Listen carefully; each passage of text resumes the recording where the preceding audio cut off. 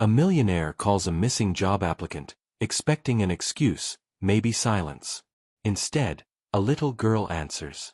She's alone. She's scared. And what she says. It drags him into a world of secrets, survival, and a mother on the edge. But the deeper he goes, the more dangerous it becomes. Because the truth isn't just buried. Someone is willing to kill to keep it that way. And now that he's heard that voice on the line, no one can leave. It was nearly 8 p.m. when Marcus Langley leaned back in his leather chair, loosening the silk tie around his neck. The Manhattan skyline blinked in gold and blue outside the glass wall of his office, but he barely noticed. His attention was fixed on a thick manila folder, the last of 20 candidates who hadn't shown up for the final interview round that afternoon. Langley Enterprises didn't make offers lightly. The program he'd launched, Second Start, was meant to change lives, and not for people with polished resumes or Ivy League diplomas. This was for the forgotten, the overlooked, the ones no one else would hire. Formerly incarcerated, recovering addicts, single parents, they came with scars, but also fire. It was exactly the fire Marcus respected. He flipped open the folder. Tessa Morgan, 29. Former hospitality manager. Laid off during the pandemic, then homeless for a year. Recently completed a training boot camp sponsored by the city. Notes from her prior interviews showed promise. Smart. Grounded. Eloquent. She'd been shortlisted for the final meeting. She never showed. Marcus checked his phone. No voicemail. No text. No email. It was unlike most applicants, especially ones this close to a new beginning. He frowned and tapped the phone number on her resume. It rang twice. Then a child's voice answered. Hello. Marcus blinked. He glanced at the file again. There was no mention of children. Hello there, he said cautiously, voice softening. Is Tessa available? A pause. Then, quietly, Mommy can't come to the phone. He sat up straight. Is everything all right? Another pause. He heard movement, maybe a chair scraping. Then the girl whispered. She's sleeping. But not the regular kind. A chill swept over Marcus's skin.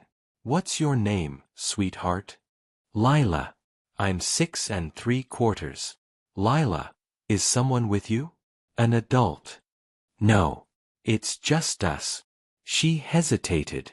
Mommy said not to open the door for strangers. And we don't call 911 unless there's blood. There's no blood. She's just tired. Marcus stood up, the phone pressed tight to his ear. Lila, he said carefully, can you tell me what happened to your mommy?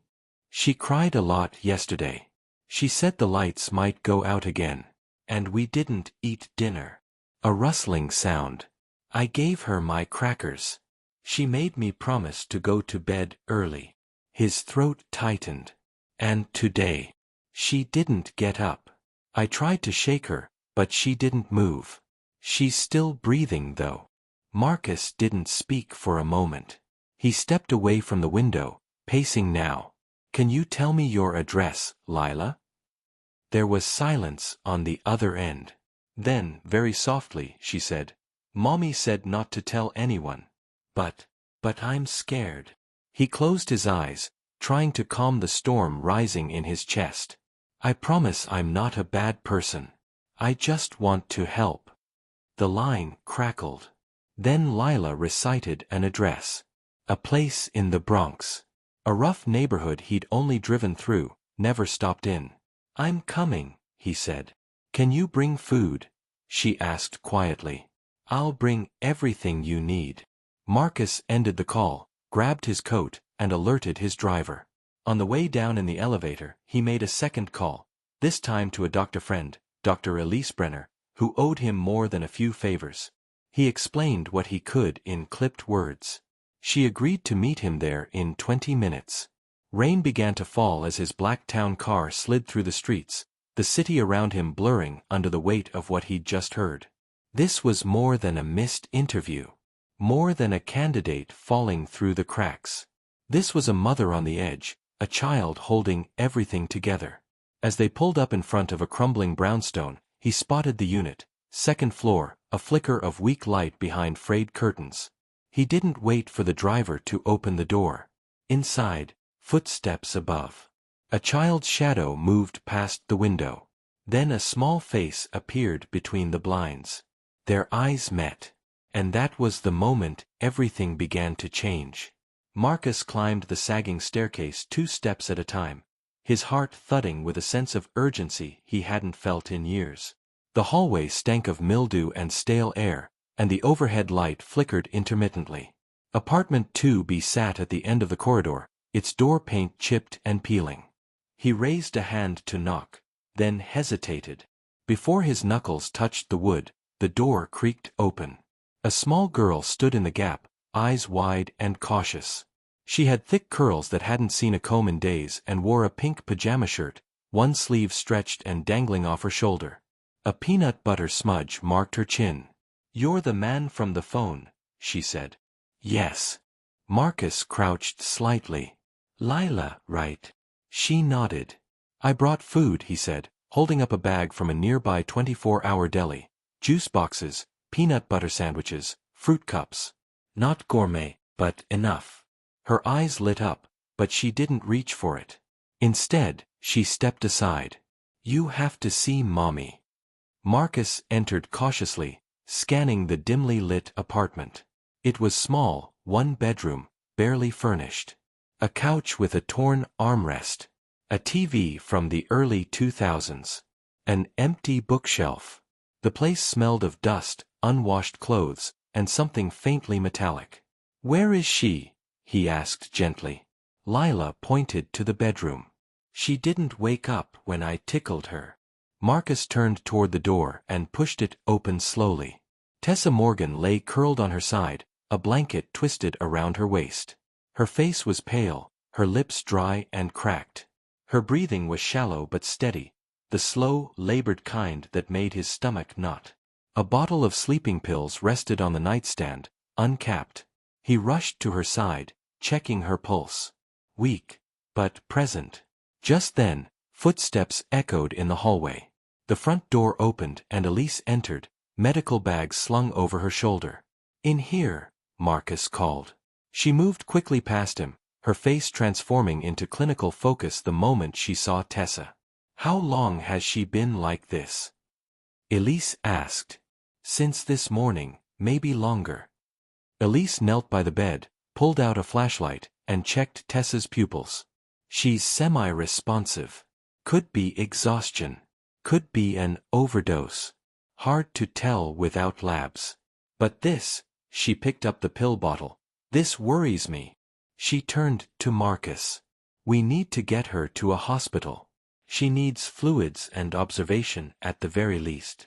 And someone needs to look after the girl." Marcus looked down the hallway, where Lila sat on the couch hugging her knees. Her small face peered through the open bedroom door. "I'll take her," he said quietly. Elise's eyes narrowed. "You sure?" "She called me. That has to mean something." Paramedics arrived 10 minutes later, called in by Elise. Marcus signed what he could, stood by as Tessa was loaded into the ambulance, then knelt beside Lila. "They're taking your mommy to the hospital so she can rest and feel better," he told her. "Can I come?" He hesitated. "Hospitals can be scary. But I'll take you to see her tomorrow, I promise." Lila's lip trembled, but she didn't argue. She reached for his hand. He didn't let go. Marcus wasn't sure what the staff at the Upper East Side Langley Towers thought when he arrived after midnight carrying a sleeping 6-year-old girl in his arms. His concierge blinked but said nothing, and the elevator operator gave a curious glance but didn't ask. He laid Lila gently on his guest bed, tucking her in as best he could. She murmured something in her sleep, something about crackers, and rolled over. Marcus stood for a moment, watching her, his thoughts a blur of worry and disbelief. Then he turned and stepped out onto his private balcony. The city roared below, but his mind was silent. What would make a woman this strong, this capable, fall so far, so fast? What had he missed? The next morning, Marcus sat at his kitchen table, reviewing Tessa's resume again with fresh eyes. Her experience was strong. Her skills, sharp. But between the lines, the 2-year gap, the 3 changes of address, the missing references, a different story whispered. He'd made it his mission to find people like her. But somehow, he'd nearly missed one of the most deserving. A soft voice behind him. Is there cereal? Lila stood in the doorway, one sock on, hair wild, rubbing sleep from her eyes. He smiled. There's cereal. And pancakes. Do you have cartoons? I've got an 80-inch TV with every cartoon ever made. Her eyes widened. Even Paw Patrol? Especially Paw Patrol. As she padded toward the kitchen, Marcus's phone buzzed. It was the hospital. Dr. Elisa's voice came through, grim but steady. Tessa's awake. But there's more you need to know. He turned his back to Lila and walked toward the window. Tell me. She didn't just take sleeping pills out of exhaustion, Elise said. She hadn't eaten in 3 days. Her blood pressure was dangerously low.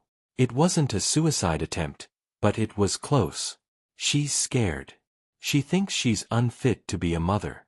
She asked about her daughter, then told the nurse not to let anyone bring her. Marcus's chest ached.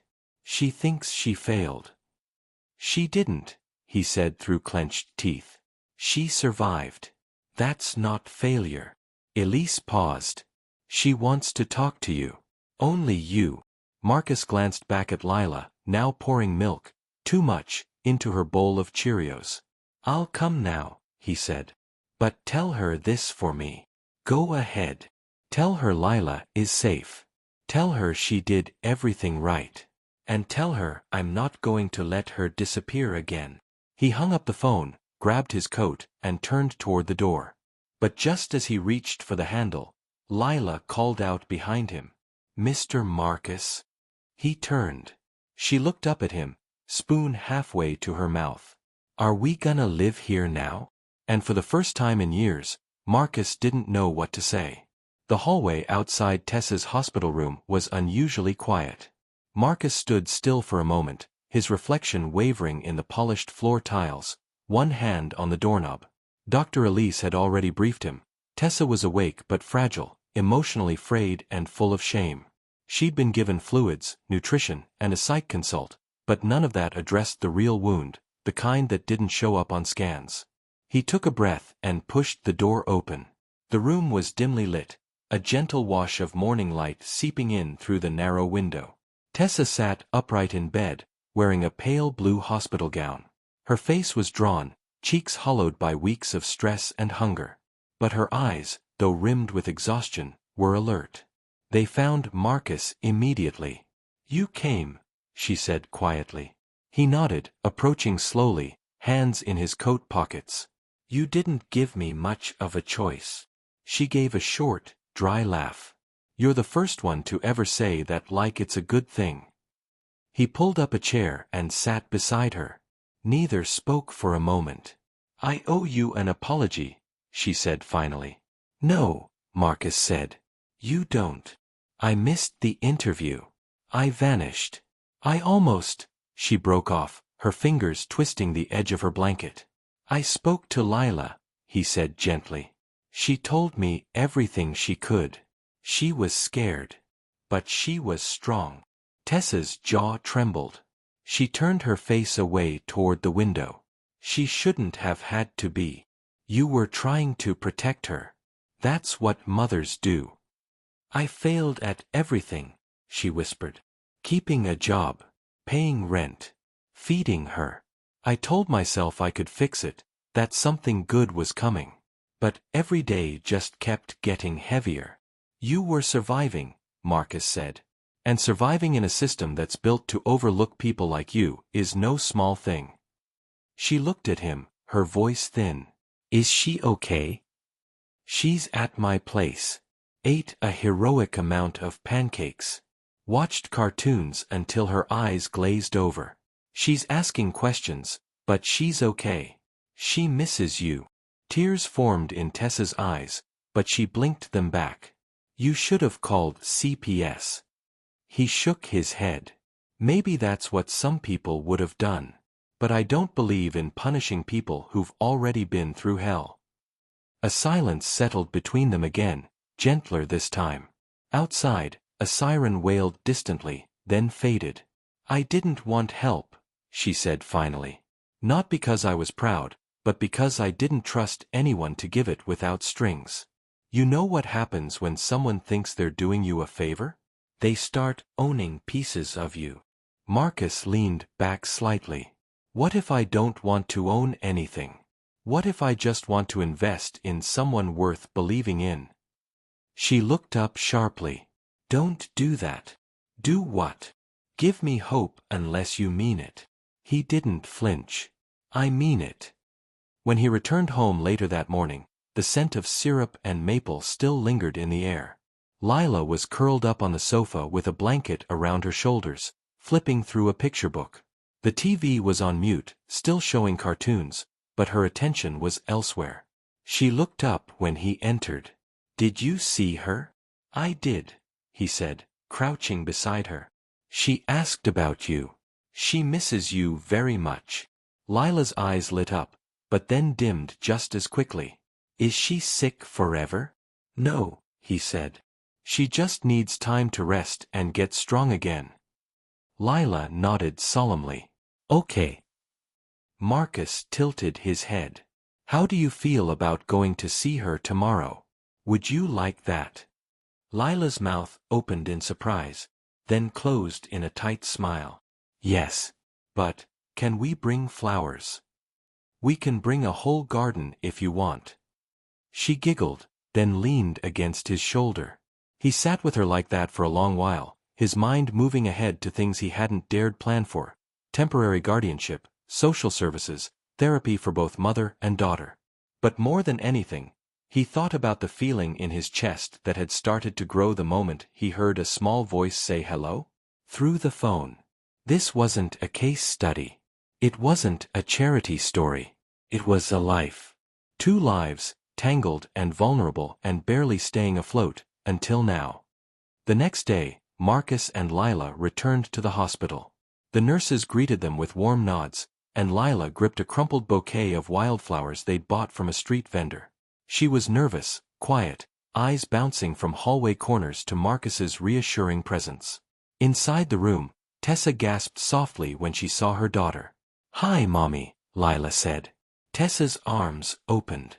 Baby, come here. The moment was silent and full, the kind of silence that didn't need words. Lila climbed onto the bed, careful and gentle, and Tessa wrapped herself around her daughter as if trying to memorize her warmth. Marcus turned away slightly, giving them privacy, but he caught the shimmer of tears sliding down Tessa's cheeks. I was so scared you wouldn't come back, Lila whispered. I'm here now, Tessa whispered back. And I'm not going anywhere. When the nurse came to check vitals, Lila stepped off the bed and went to sit beside Marcus. She smells like lotion again, the girl said, satisfied. Hospital lotion. He chuckled. Can we go home soon? Marcus paused. That's something we'll figure out together. But for now, you're safe. She's safe. That's what matters most. That evening, Tessa asked Marcus to stay after Lila had been taken to the common area for a distraction activity. The room was quiet. She sat straighter now, strength returning to her posture. Why are you really helping us? She asked. You could have walked away. Most would have. I almost did, he admitted. I was frustrated when you didn't show. Thought maybe I misjudged you. You didn't. He nodded. I know that now. She looked at him, her eyes steady. What happens when I'm discharged? That's up to you. I can help you get stabilized, housing, counseling, whatever you need. But I also meant what I said in that office when I reviewed your file. You deserve the job. The program spot is still yours. Her breath caught. Even after all this? Especially because of all this? She didn't answer right away. Her fingers traced the hospital blanket like a map she was trying to read. Finally, she said, then I guess I better get better. But later that night, Long after Marcus had returned to his apartment and Lila had fallen asleep again beside a stuffed bear she named Waffles, a call came through on his phone. It was the hospital. "Tessa's gone," the night nurse said breathlessly. "What?" She checked herself out against medical advice. "She left a note, but she's gone." Marcus froze, the phone trembling slightly in his grip. He looked toward the guest bedroom where Lila slept soundly. Then he whispered to the dark. "What did you do, Tessa?" The note was short. No return address, no signature, just a few scrawled lines on the back of a hospital intake form. "Tell her I love her. I'll send for her when it's safe. Please don't look for me. I can't drag her through this again." Marcus stared at the paper, its edges wrinkled from the nurse's anxious grip. "She said it was better for the girl," the nurse added, almost apologetically. "Said she'd only bring her down." Marcus didn't respond. He took the note and left the hospital in silence, his mind reeling with questions, scenarios, worst-case spirals. The cold morning air slapped him as he stepped onto the sidewalk. He didn't feel it. She'd run. Why? And more importantly, to where? Back at Langley Towers, Lila was still asleep, oblivious to the seismic shift that had just taken place. The bear, Waffles, was tucked under her arm, and her breath came in soft little huffs. Marcus sat on the edge of the bed, watching her. He knew what social services would say. He wasn't family. Temporary guardianship wasn't granted lightly, not without paperwork, court hearings, background checks. But he also knew one thing with absolute certainty. She wasn't going into foster care. Not while he still had a heartbeat. He made the first call just after dawn. By noon, he'd spoken to 3 attorneys, 2 social workers, and the commissioner of the Second Start program, who agreed to help expedite emergency custody proceedings if Tessa didn't return within 48 hours. Marcus's assistant, Carla, cleared his schedule without asking questions. When he finally sat down to a late lunch beside Lila, she stared at him over her grilled cheese. "You're sad," she said. He blinked. "Why do you say that?" "Because you look like when Mommy thought she lost her purse." He smiled, faint and weary. "Your Mommy's just figuring things out. But I'm going to take care of you, okay?" Lila chewed slowly. "Like forever?" He hesitated. "For as long as you need." That seemed to satisfy her.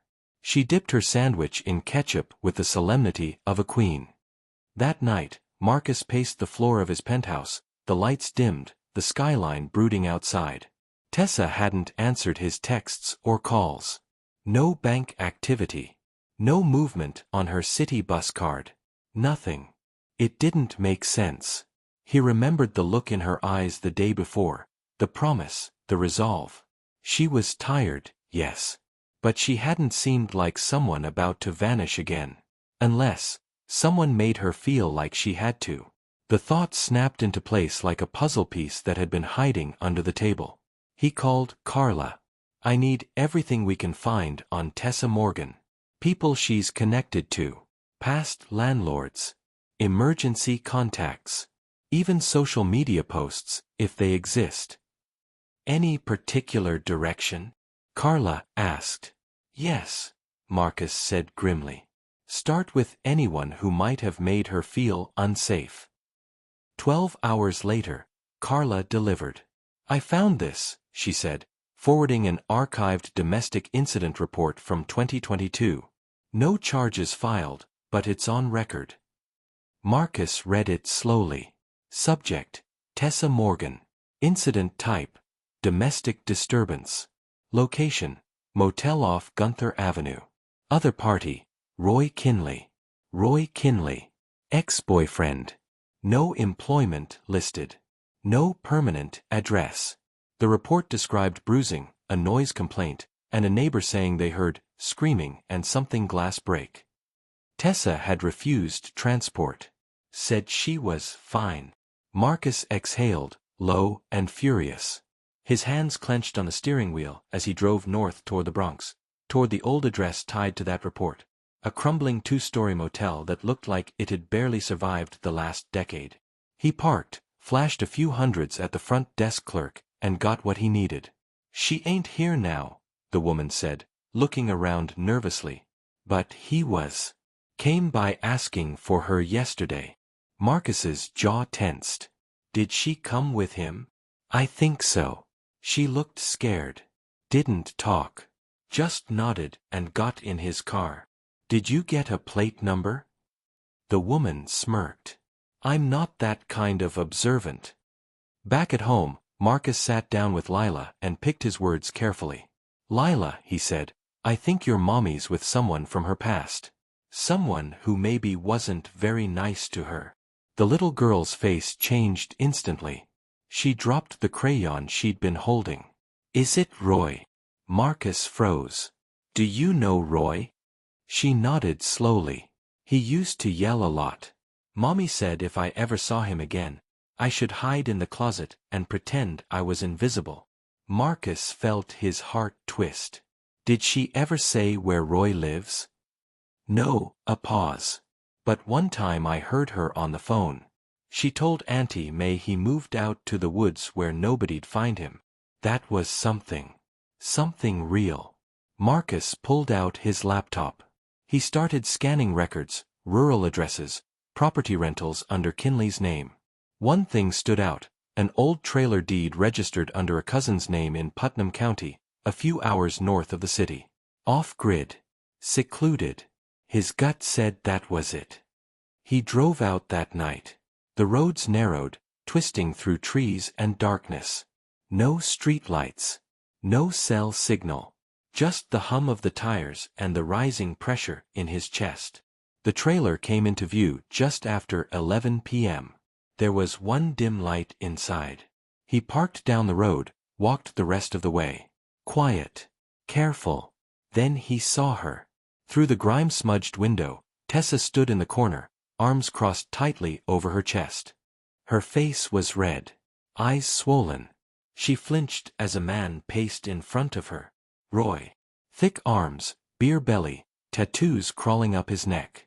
Marcus stepped back into the shadows, his breath catching.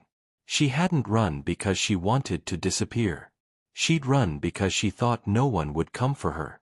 He pulled out his phone. No bars. He had a choice now. Wait until morning. Drive back, call for help. Risk her vanishing again. Or end this now. His hand found the heavy flashlight in his coat pocket. He gripped it tight. Then, slowly, he stepped toward the trailer door and knocked once, loud and clear. The silence that followed was absolute. Then footsteps. The door cracked open. Roy's face appeared, eyes narrowing. "Who the hell are you?" Marcus met his gaze without blinking. "The last man you'll ever scare," he said. And before Roy could answer, Marcus stepped into the trailer. The door slammed shut behind Marcus with a bang that echoed through the narrow trailer. Roy flinched, but not from fear. He grinned, slow and ugly, like a man who thought he already knew how this story would end.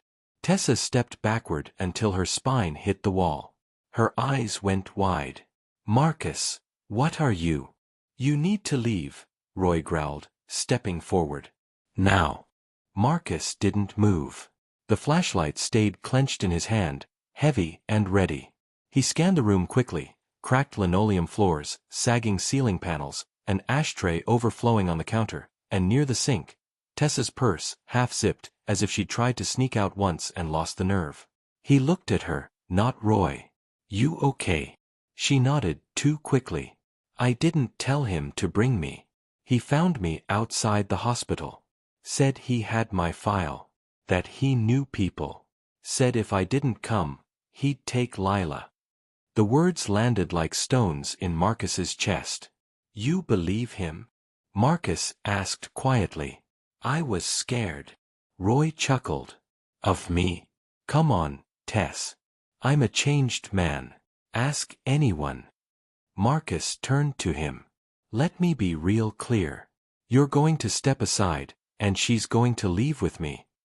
Roy's grin vanished. "I don't think so."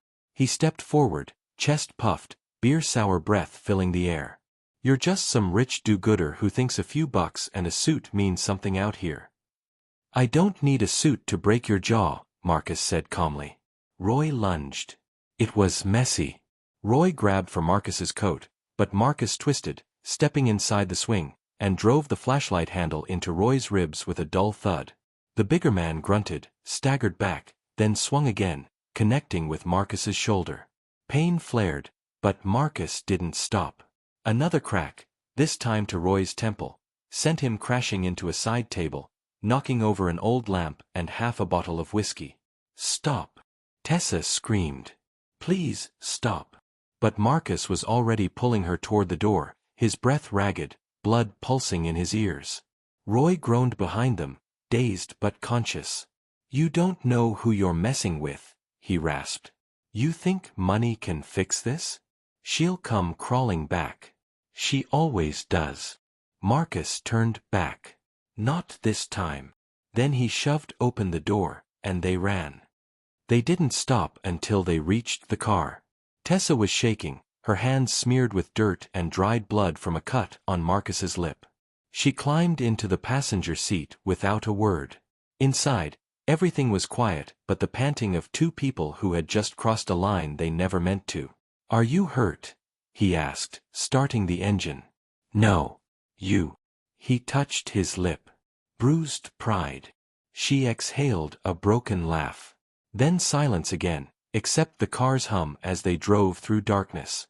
At last she said, I thought if I disappeared, you'd just let me go. He kept his eyes on the road. You're not disposable. I was trying to protect Lila. I thought if I went, you'd keep her safe. I will. But she wants her mother. You matter to her. And to me. That hung in the air like a confession neither of them knew what to do with.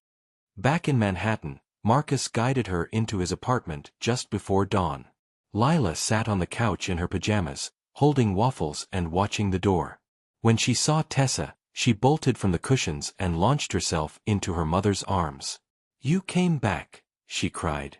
Tessa dropped to her knees and wrapped Lila in the tightest hug of her life. I'm never leaving again, she whispered. Not ever. Marcus stepped back, letting the moment stretch long and deep. A mother and daughter, whole again, maybe not healed yet, but no longer alone. Later that morning, Marcus stood on the terrace, a cup of coffee in one hand, his bruised shoulder aching. Tessa joined him quietly, a blanket around her shoulders, eyes tired but calm. I meant what I said, he murmured. The job's still yours. I can't start anything until I know Lila has a safe place to be. She does. With you. And I've already started the process for emergency guardianship, just in case. You'll have time. We'll figure it out. Tessa looked at him, something vulnerable and unsure blooming behind her eyes. Why are you doing all this? He didn't answer right away. Then, because someone once saved me when I didn't think I was worth saving. She tilted her head. And now you're saving people? Just one. The silence that followed wasn't awkward. It was warm. A fragile thread beginning to pull taut between two people who had survived very different storms. But then Marcus's phone buzzed. Unknown number. He frowned, answered. Mr. Langley. A man's voice said. Yes. This is Officer Brannick from Putnam County. We responded to a 911 call made anonymously from a burner phone at 3:04 a.m. near a trailer off Route 112. Found one man unconscious, Roy Kinley. Marcus's throat tightened. He's alive. For now. But here's the thing, he was ranting about a kidnapping. Says a wealthy businessman beat him and abducted a woman. Marcus's hand clenched around the phone. We're going to need you to come in for a statement. Tessa stepped closer, watching his face change. What is it? She asked. He looked at her slowly. They might come for me next. The interrogation room smelled faintly of coffee and cleaning fluid. Marcus sat at a metal table, hands folded, wearing the same tailored coat he'd thrown on during the rescue. Across from him, Officer Brannick looked at a thick folder marked Kinley, Roy, Incident 713. So, Brannock said, adjusting his reading glasses, you're telling me you didn't force Ms. Morgan to leave with you? I didn't force her to do anything, Marcus replied, calm but firm. She was being held against her will. I got her out. Brannock nodded slowly. And you didn't call local authorities before going into a potentially violent situation because? Marcus met his eyes. Because she didn't have time to wait for red tape. Brannock leaned back, the creak of the chair loud in the quiet room. You're not exactly a regular citizen, Mr. Langley. The governor knows you by first name. You run one of the most progressive hiring initiatives in the state. Why put all that at risk? Marcus's eyes hardened. Because the system doesn't move fast enough to save women like her. Brannock studied him for a long moment. Mr. Kinley claims you broke into the property, assaulted him, and kidnapped Ms. Morgan. And I assume you noticed the bruises on her face. Or the trauma in her medical history. Or the pattern of reports never acted on. Brannock tapped a pen on the folder. We did. Brannock tapped a pen on the folder. We did. Marcus raised an eyebrow. Then you already know this is garbage. A pause. Off the record, Brannock said, voice lowering, I agree. But Kinley's filing formal charges. Let him, Marcus said. We'll counter with a restraining order, a police complaint, and a legal team that's hungrier than he's ever been in his life. Brannock smirked. You really don't scare easy, do you? I scare when it counts. The officer stood and closed the folder. For now, you're free to go. But don't leave the city until we close this. I have no intention of leaving. Too many people depending on me. He exited the station into crisp afternoon air. Paparazzi hadn't caught wind, yet, but it was only a matter of time. As he slid into his waiting car, Marcus called Carla. Prepare a public statement, he said. One that makes it clear I acted to protect a woman and her child from a known abuser. Get ahead of the narrative. And what if they try to spin this as a violent CEO going rogue? Then let them. The truth is louder. Back home, Tessa was waiting by the window when Marcus walked through the door. Lila sat at the table behind her, coloring with headphones on, humming softly. Tessa rushed to him. I saw the police car. Are you all right? He nodded, easing her worry with a hand on her arm. I gave my statement. He's pressing charges, but the evidence is in our favor. Her voice was quiet. I didn't mean for this. I know. I thought if I disappeared, I could protect you and Lila from him. Marcus studied her. You don't protect people by becoming invisible. You protect them by standing your ground. She looked down. I've never been able to do that. You did, when you called him out. When you left. That was the hard part. I didn't leave alone. No, he said. You didn't. The next few days blurred into motion. Marcus's legal team moved fast. Roy's record, once buried under bureaucracy, was pulled into light. Past complaints, dismissed restraining orders, unpaid fines, substance abuse. Tessa gave her own statement to a female officer in a quiet, closed room. She trembled through it, but she didn't flinch. Then came the emergency custody hearing. The courtroom was cold and formal, but the judge, a gray-haired woman with the gaze of someone who'd seen 1,000 broken families, listened intently. She was missing for 48 hours, the state lawyer said. That reflects instability. I was fleeing abuse, Tessa replied. Her voice, though thin, didn't waver. And my daughter was with someone safe. I came back the moment I could. Mr. Langley is not family. Marcus stood. No. But I've made myself accountable. And I will continue to, whether through legal guardianship or court supervision. Whatever keeps this child safe and with her mother. The judge leaned forward. Do you intend to pursue adoption, Mr. Langley? No, he said. Then he looked at Tessa. But I intend to help them build a life that doesn't require rescue anymore. The courtroom fell still. Then the gavel fell. Emergency guardianship sustained. Reunification with the mother recommended, under court supervision. Further review in 90 days. They stepped into the hallway, stunned and silent. Then Lila, who had waited outside, coloring with a social worker, burst down the corridor and jumped into her mother's arms. "Are we all done now?" she asked. Tessa held her close. "Not all done. But we're finally allowed to start." That night, Tessa stood on Marcus's balcony, staring out at the lights like they were new stars. "I don't know how to repay you," she said. "You don't owe me anything. I owe you everything." "No," he said. "You owe Lila a future. You owe yourself peace. That's all."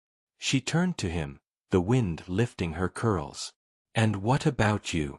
He hesitated. "What about me?" She smiled. Soft, uncertain. "What do you want from all this?" He didn't speak for a long time. Just watched her, her strength slowly knitting itself back into her bones, her voice finding itself again. Then he said, "I want you both to stay." She looked down. "At the apartment?" "No. In my life." Tessa didn't answer. But the next morning, when he walked into the kitchen, he found her there, cooking scrambled eggs while Lila danced around in socks. She looked up at him and smiled. She'd stayed. But peace is never permanent. 2 weeks later, the tabloids broke the story. Millionaire CEO accused of vigilante justice in domestic assault case. Photos leaked. Half-truths warped. Comments spiraled. Marcus's board called an emergency session. Sponsors pulled out of the Second Start pilot program. Investors sent terse emails. His company teetered. Carla texted 2 words that turned his stomach cold. "We're bleeding." And just like that, everything he'd built, his company, his cause, his protection for Tessa and Lila, hung by a thread. He stood in the hallway that night, watching the girl he'd grown to love sleep peacefully in the guest room, her thumb curled under her chin. And he knew. To save them again, he'd have to sacrifice something he'd never dared put on the line before. Marcus sat at the head of the long walnut conference table, his reflection fractured in the gleaming surface. Around him, the 12 members of the Langley Enterprises board murmured and shuffled papers, their faces tight with calculation. Outside the glass walls, the city glared in midday brilliance, oblivious to the storm brewing inside. "Let's be clear," said Janice Holtz, CFO and longest-serving board member. "This isn't about your motives, Marcus. It's about optics. About perception. Half the press believes you kidnapped a woman from her partner. The other half thinks you've lost control of your judgment." "I didn't kidnap her," Marcus said quietly. "I protected her." "Then why wasn't it done through the proper channels?" another board member asked. "Why take matters into your own hands?" "Because proper channels don't show up in time. I've built a company on believing in people who were ignored by the system. She was one of them." "That's admirable," Janice said, though her tone said otherwise. "But this isn't a non-profit. This is a billion-dollar enterprise. Your actions have consequences beyond one woman and her child." Marcus didn't respond right away. He stared at the white paper packet in front of him, an emergency proposal drafted by Janice and the others. Recommendation: temporary relinquishment of CEO duties. Effective immediately. "Are you asking me to resign?" he asked evenly. "We're asking you to protect what you've built," Janice said. "Step aside until this blows over. Let someone else handle the public fallout." Marcus looked around the room. These were the same people who had toasted his vision, praised his reforms, beamed at headlines when Second Start became a national model. Now they recoiled from the fire he'd walked into. Not because they doubted the cause, but because it cost too much. "Understood," he said after a moment. "Then you'll have my answer by morning." The meeting ended in uneasy silence. Back home, the apartment was quiet. Lila was napping in the sunroom, surrounded by a sea of crayons and half-colored storybooks. Tessa stood in the kitchen, chopping apples, the scent of cinnamon wafting in the air. She looked up when Marcus entered. "How'd it go?" He loosened his tie and sat at the counter. "They want me to step down." Her hands froze on the cutting board. "Because of me?" "No," he said. "Because of fear." "I shouldn't have stayed here," she murmured. "I knew this would follow you. I should have left that night in the hospital." He leaned forward. "Stop. You did exactly what you should have. You came home to your daughter. That's not a mistake." Tessa sat across from him, her face pale. "I can go," she said quietly. "Just until it settles. Take Lila to my sister's in Albany. She'd be safe." "No," Marcus said firmly. "That's not the answer." "Then what is?" He hesitated. "I've been asking myself that all day." Silence stretched between them. Finally, Tessa slid a glass of water across the counter. "What would you tell me," she asked, "if I were the one facing this?" Marcus looked at her. "I'd say, fight like hell.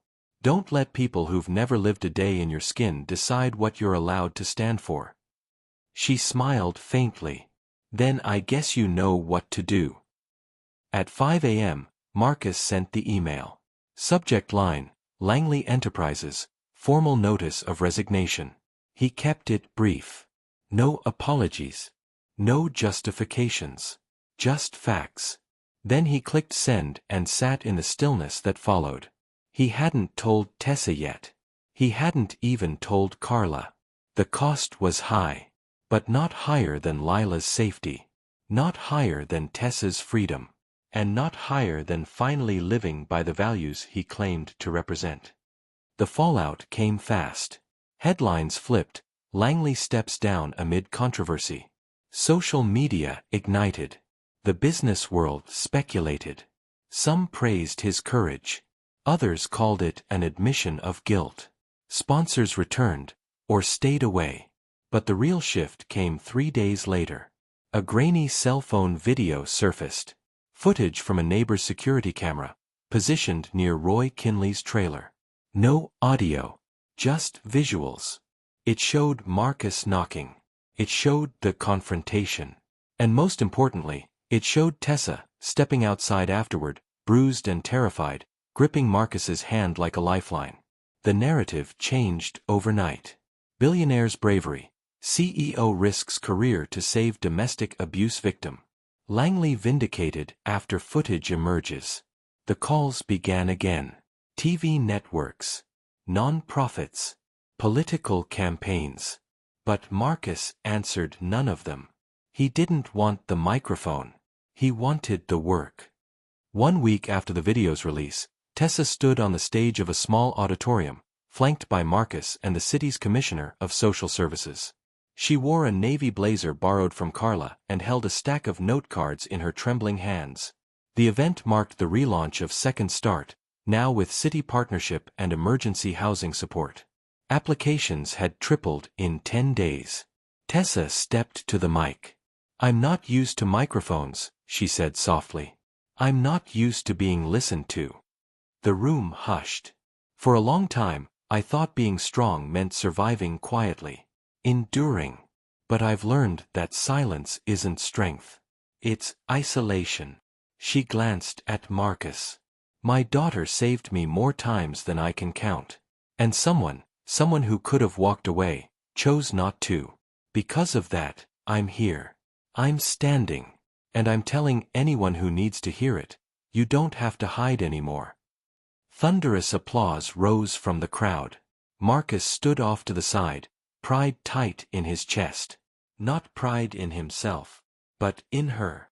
She'd taken back her voice. Later that night, back at the apartment, Lila sat between them on the couch, sleep-heavy and curled up with waffles. Tessa tucked a blanket over her daughter and leaned her head on Marcus's shoulder. "You gave up everything," she murmured. "No," he said. "I just changed what everything means." She looked up at him. "So what now?" He smiled. "We rebuild." She nodded slowly. Together. If you'll have me. Tessa leaned in, her voice soft, unsure. What if I fall again? Then I'll catch you. But what if you fall? He looked at her, and for once, didn't hide the weight in his eyes. Then I hope you catch me too. Tessa reached for his hand. And this time, she didn't let go. But outside the walls of their new beginning, another thread was starting to unravel.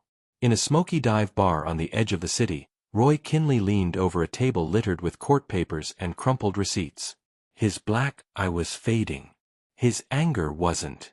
I'm gonna make him pay, he muttered to the man across from him. The man nodded, silent, then slid over a manila envelope. Inside, a photo of Marcus.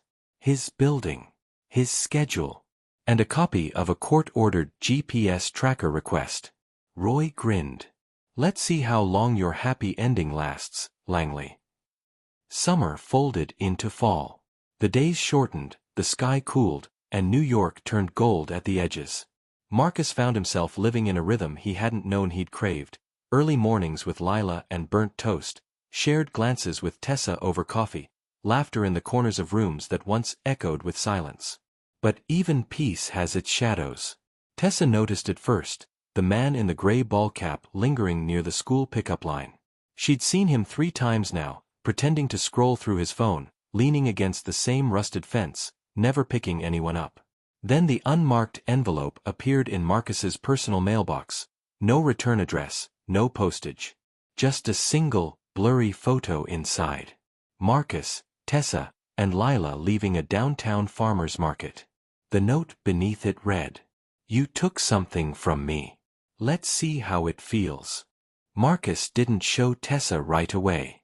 He locked the apartment that night with shaking hands, triple-checked the alarm system, and sat awake until 4 a.m., watching the hallway through the security camera app on his phone.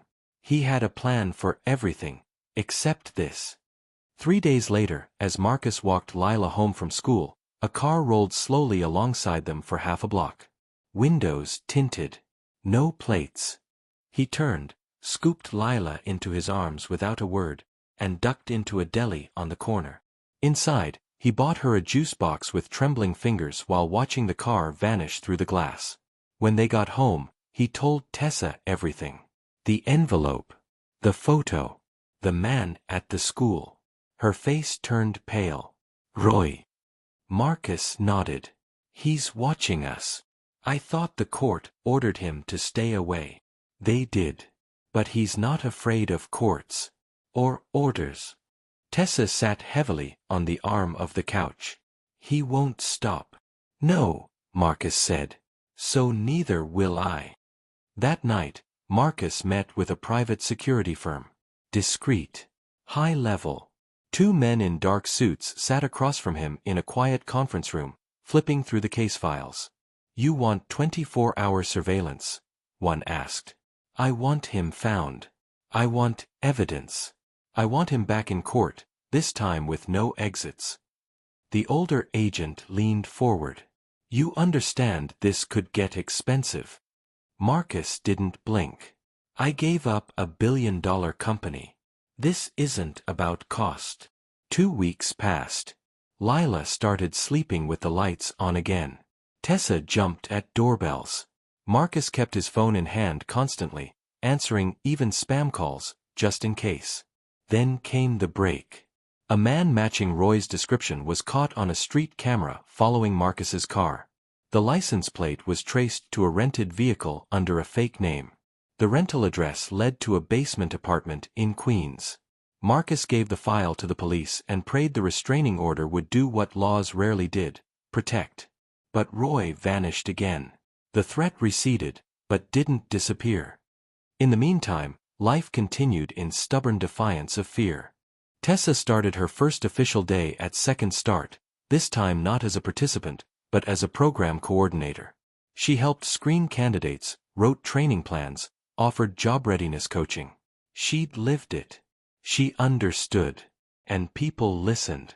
Lila was placed in a gifted reading group at school.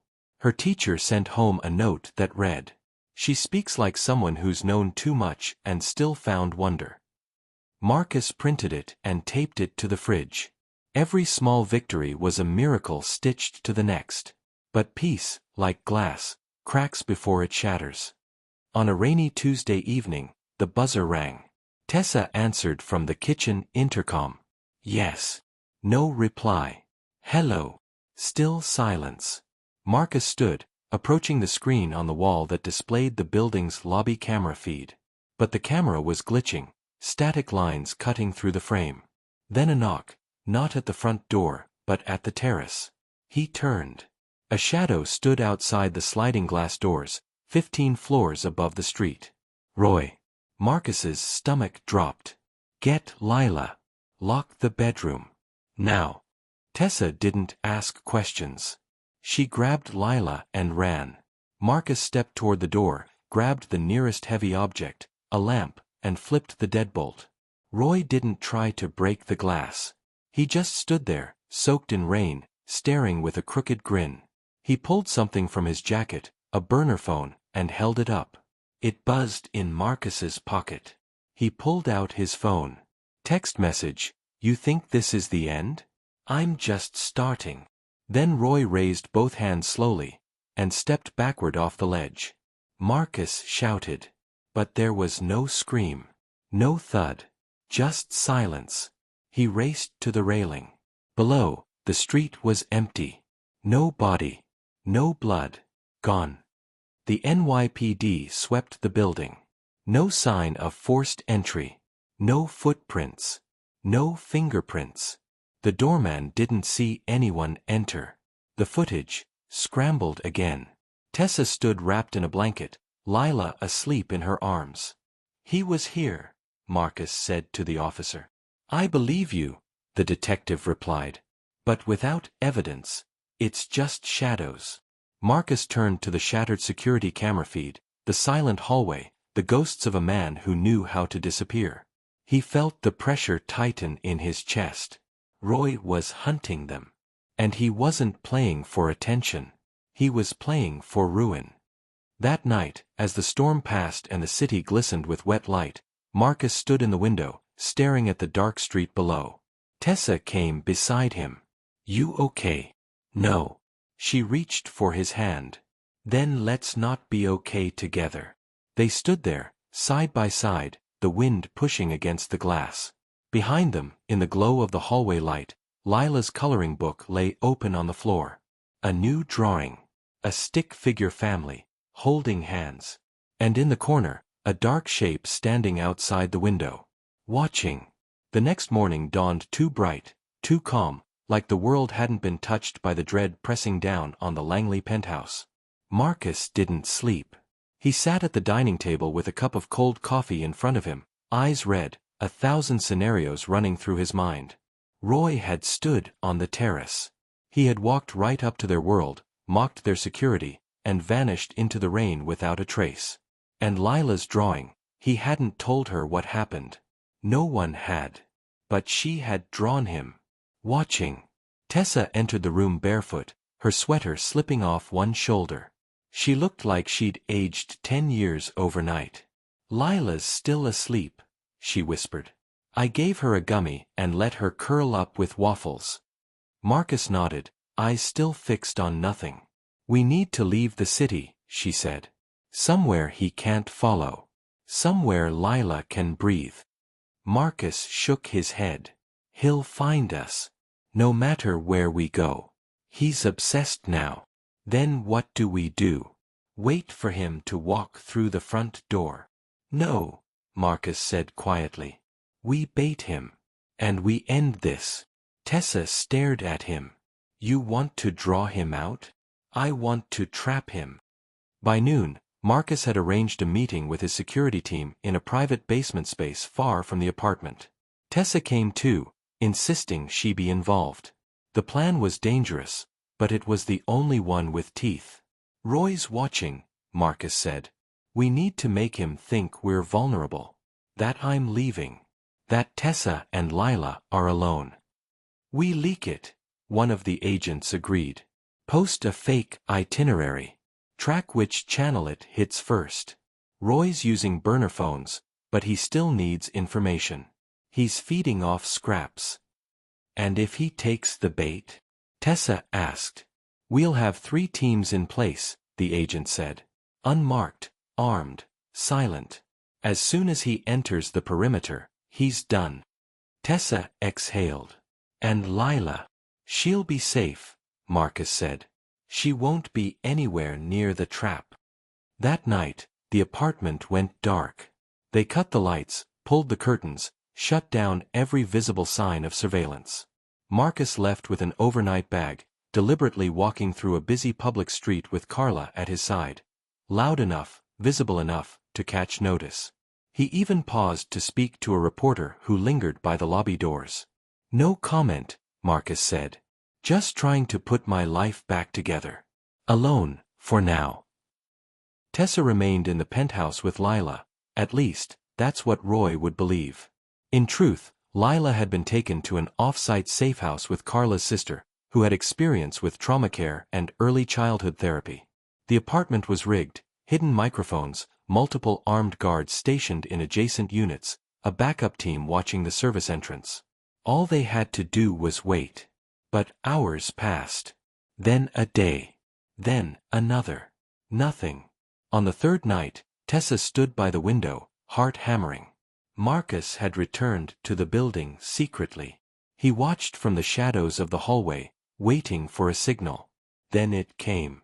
A whisper in the headset, South stairwell breach. Male, 6 foot, hoodie, matches description. Roy. Tessa stepped back from the window, moved toward the kitchen, heart racing. Down in the garage, the backup team moved into place. Roy entered through the service stairwell, just like they'd predicted. He wore gloves. A utility knife tucked in his waistband. He paused at the doorway, testing the handle with slow, deliberate care. The agents let him open it. Inside, Tessa stood in the kitchen, back turned, shoulders hunched. Roy stepped in. You miss me, he whispered. That was his mistake. The second he crossed the threshold, the living room lights flashed on. 3 agents swarmed, tackling him to the floor. One kicked the knife across the marble. Roy screamed and thrashed, but he was no match. Tessa backed away as they cuffed him, pressed his face to the floor, read him his rights. Then Marcus entered. Roy looked up, breathing hard, eyes wild. Set me up, he spat. No, Marcus said. You set yourself up the moment you decided to make a child your hostage. Roy's grin cracked. You think this is over? Marcus crouched beside him. It was over the second you walked through that door. The trial came fast. With new charges, breaking and entering, violation of a restraining order, attempted assault, and endangerment, Roy was denied bail. His past records, once buried, became central to the case. And the footage, clean, complete, showed everything. Marcus was cleared of all civil concerns. Tessa was granted full custody of Lila, without conditions. The restraining order was extended to a lifetime ban, enforced federally.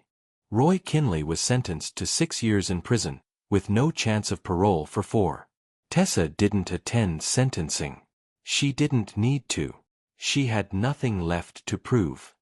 3 weeks later, on a bright Saturday morning, Tessa stood in the middle of an empty apartment. Not Marcus's. Not the shelter. Her own. A real place. 2 bedrooms. Safe neighborhood. Sunlight that poured in instead of leaking through. Lila bounced on her new bed, giggling. It smells like muffins. It smells like paint, Tessa laughed. Marcus stood in the doorway, holding a box labeled books and bears.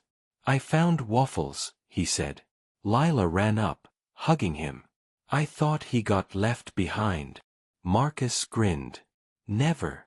Tessa walked up beside them. Are you staying for dinner? He shrugged. If I'm invited. You're always invited. Then yes. She stepped closer. You know, this all started with a missed interview. And a little girl answering the phone, Marcus said. Tessa smiled. And what she said changed everything. He looked at her. She saved us all. As dusk fell and laughter rose through the windows, Marcus knew one thing with certainty. The storm had passed. But the story wasn't over. It was just beginning. Down the block, in a parked city car, a detective watched the apartment from across the street. He clicked off his recorder, noting the time, date, and outcome of surveillance. All secure. Family safe. Subject: Marcus Langley. Status: civilian. He leaned back, closed the file, and smiled. Justice had been served. But more importantly, so had healing. Winter came gently that year, as if the city itself sensed the need for softness. Snow fell like feathers over brownstones and traffic lights, and the sidewalks outside Tessa's new apartment sparkled in the amber glow of street lamps. The scars of the past had not vanished, but they no longer defined the shape of her days. Inside, the air was warm with cinnamon and slow jazz. A small Christmas tree stood by the window, unevenly decorated with paper ornaments and glitter-globed stars. One of them read, "Waffles and me forever," in a child's scrawl. Marcus sat cross-legged on the floor with Lila, helping her assemble a toy castle while pretending not to notice the plastic dragon she kept sneaking onto the roof. "It's a peaceful kingdom, not a fire one," he said, amused. "But he's lonely," she replied, tapping the dragon's head. "He doesn't want to burn stuff. He just wants someone to talk to." Marcus smiled. "Then he can stay." Tessa leaned against the doorframe, arms folded, watching them. She hadn't told Marcus yet, but she'd officially declined the city's offer to expand Second Start statewide. Not because it wasn't tempting, but because she'd found something better. A home. A rhythm. A life not built on proving herself anymore. She stepped into the room with 2 mugs of cocoa. "I hope the dragon doesn't mind marshmallows." "He demands tribute," Lila declared. "Then he's found the right kingdom," Tessa said, handing Marcus his mug. They sat together for a while in that quiet, content space. Lila giggling, Marcus sipping his cocoa, Tessa tracing the rim of her mug, her fingers steady now, her hands no longer hiding. Then the doorbell rang. Marcus stood, puzzled. "Expecting someone?" Tessa shook her head. He opened the door cautiously. Carla stood there, bundled in a thick scarf, holding a large manila envelope. Her breath puffed visibly in the cold. "I didn't want to email this," she said. "Felt like it should be in your hands." Marcus took it. "What is it?" "A proposal. From the governor's office. They want Second Start to become its own agency. Fully funded. Independent. And they want you on the advisory board." He blinked. "Me?" She shrugged. "Turns out, when you risk your reputation for something real, people listen." He looked down at the envelope, then back at Tessa, who had come to stand beside him. Carla smiled. "No rush. But maybe some stories do deserve second chapters." Then she turned and walked back into the snowy night. Later, after Lila had fallen asleep beneath a pile of storybooks, Marcus and Tessa stood on the small balcony, wrapped in a shared blanket. Snow swirled in slow spirals around them. She leaned her head on his shoulder. "So, advisory board?" He laughed softly. "Only if the real boss approves." She looked up at him. "You didn't just save us, you know. You taught me how to fight again." "You already knew how," he said. "You just forgot for a while. And you reminded me." A pause. Then she added, "You stayed." He turned toward her. "There was never a moment I considered leaving. Not even when I ran. Especially then." She reached up and touched the edge of his cheek, brushing her fingers against the faint scar he'd earned the night he pulled her out of that trailer. "Thank you," she whispered. He covered her hand with his. "You don't owe me thanks," he said. "You owe yourself the future you almost didn't believe in." "And what about you?" she asked. He hesitated. "I used to think I needed a mission. Something grand. But turns out, I just needed the right people to believe in." She smiled. "And did you find them?" His eyes rested on hers. "I did. She pulled him close, and beneath the stars, beneath the snow, beneath the long ache of everything they'd endured, their lips met. It wasn't rushed. It wasn't desperate. It was home. Spring would come, as it always did. Lila would ride her first bike without training wheels in the park. Tessa would give speeches at job fairs, her name now synonymous with survival and leadership. Marcus would sit on that new advisory board, and also read bedtime stories on the floor, learn how to braid hair, and learn to let go of the man he once had to be. They would travel. They would stumble. They would heal. And somewhere deep in the heart of the city, far from flashing cameras and headlines, a girl who once answered a stranger's call would grow up knowing this truth. She had changed the world. Just by speaking. Just by hoping. Just by being brave enough to say, "Mommy can't come to the phone."